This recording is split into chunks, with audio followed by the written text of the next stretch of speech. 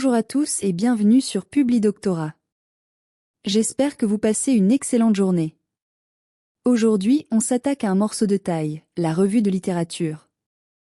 Je sais ce que vous ressentez, on a souvent l'impression de se noyer sous une montagne d'articles sans savoir par quel bout commencer. Mais pas de panique. Restez avec moi, car on va décomposer tout ça en 4 étapes claires pour vous permettre de rédiger une revue solide et professionnelle en un temps record. La première étape, et c'est la plus importante, c'est de définir votre périmètre.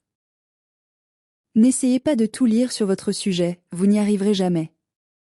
Identifiez des mots-clés ultra précis et posez-vous une question simple.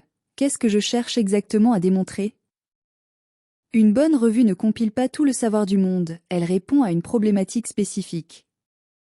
Une fois que c'est fait, on passe à l'étape suivante, la recherche et le tri.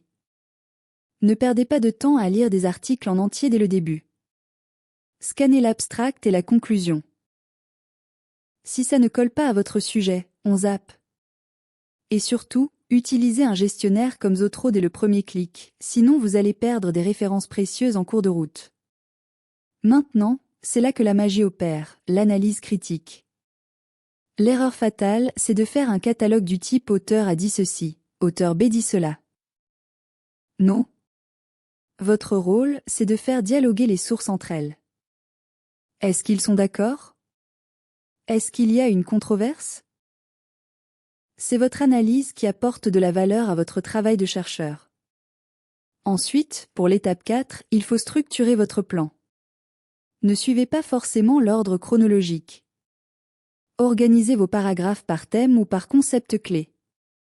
L'idée, c'est de construire un entonnoir qui mène logiquement vers votre propre projet de recherche. Enfin, il faut identifier le gap, le fameux fossé dans la littérature.